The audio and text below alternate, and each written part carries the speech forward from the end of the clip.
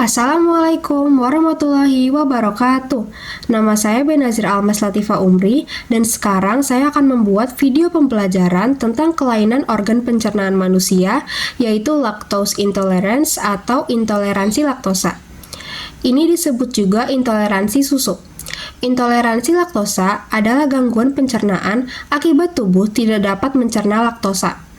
Kondisi ini sering kali ditandai dengan diare, perut kembung, dan sering buang angin setelah mengonsumsi makanan atau minuman yang mengandung laktosa, seperti susu atau produk olahannya.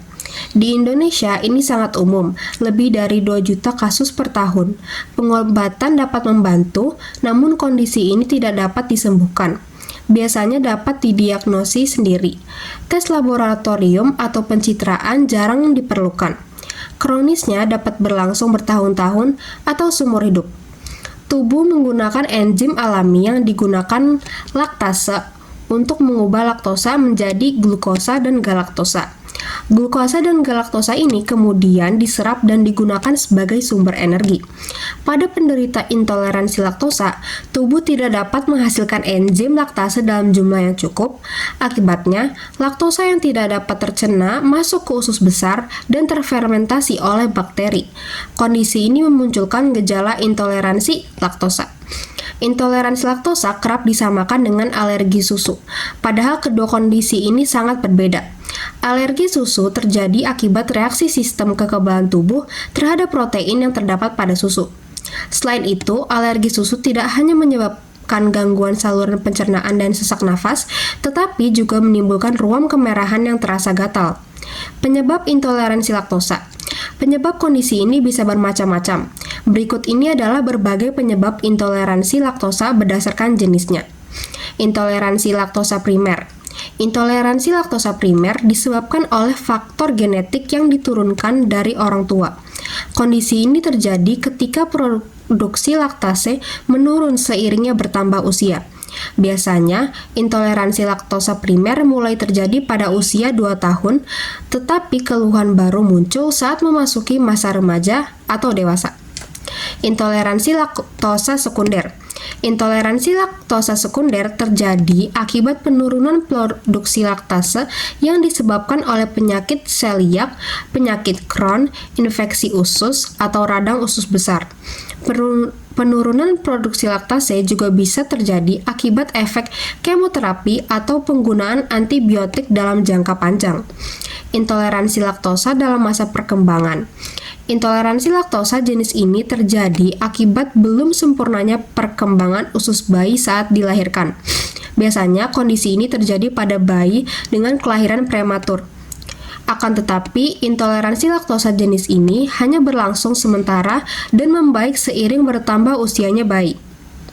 Intoleransi laktosa bawaan. Intoleransi laktosa bawaan disebabkan oleh kelainan genetik yang diturunkan dari kedua orang tua. Bayi dengan kondisi ini terlahir dengan sedikit atau tanpa enzim laktase sama sekali. Intoleransi laktosa jenis ini sangat jarang terjadi.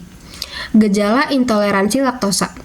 Gejala intoleransi laktosa biasanya muncul 30 menit hingga 2 jam setelah mengonsumsi makanan atau minuman yang mengandung laktosa. Gejala tersebut meliputi sering buang angin, perut kembung, nyeri perut, diare, perut berbunyi krucuk-krucuk atau nama ilmiahnya disebut borborigmi, mual dan muntah. Tiap penderita intoleransi laktosa dapat mengalami gejala yang berbeda-beda. Tingkat keparahan gejalanya juga tergantung pada seberapa banyak laktosa yang dikonsumsi. Kapan kita harus ke dokter? Lakukan pemeriksaan ke dokter jika Anda atau anak Anda mengalami gejala di atas setelah mengkonsumsi susu atau makanan yang terbuat dari susu. Tujuannya adalah untuk memastikan gejala bukan disebabkan oleh alergi protein susu sapi, sindrom iritasi usus besar atau irritable bowel syndrome, radang usus, atau penyakit celiak. Jika Anda atau anak Anda didiagnosis menderita intoleransi laktosa, konsultasikan dengan dokter atau ahli gizi mengenai pola diet yang tepat. Diagnosis intoleransi laktosa. Untuk mendiagnosis intoleransi laktosa, dokter akan menanyakan gejala yang dialami, makanan atau minuman yang terakhir dikonsumsi, riwayat pengobatan pasien, serta riwayat kesehatan pasien dan keluarganya.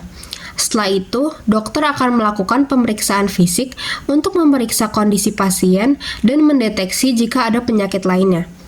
Untuk menegakkan diagnosis, dokter akan melakukan beberapa pemeriksaan lanjutan, seperti tes toleransi laktosa. Dalam tes ini, pasien akan diminta untuk mengonsumsi minuman tinggi laktosa atau gula. Setelah itu, 2 jam setelahnya, dokter akan melakukan tes darah untuk mengukur kadar glukosa dalam darah pasien. Jika kadar glukosa dalam darah tidak meningkat, artinya tubuh pasien tidak menyerap laktosa dengan baik. Tes toleransi susu. Tes toleransi susu bertujuan untuk mengukur kadar gula darah pasien. Sebelum tes ini dilakukan, pasien akan diminta untuk mengonsumsi segelas 500 ml susu. Jika kadar gula darah pasien tidak meningkat setelah mengonsumsi susu, dapat diduga pasien menderita intoleransi laktosa. Tes kadar hidrogen. Dokter akan meminta pasien untuk berpuasa beberapa jam sebelum tes. Lalu pasien akan diminta untuk mengonsumsi minuman dengan kadar laktosa tinggi. Setelah itu, dokter akan mengukur kadar hidrogen dalam napas pasien setiap 15 menit selama beberapa jam. Jika kadar hidrogen dalam napas pasien tinggi, ada kemungkinan pasien mengalami intoleransi laktosa.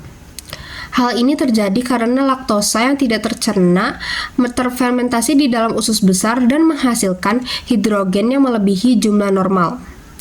Tes keasaman feses. Tes ini biasanya digunakan untuk mendiagnosis intoleransi laktosa pada bayi atau anak-anak.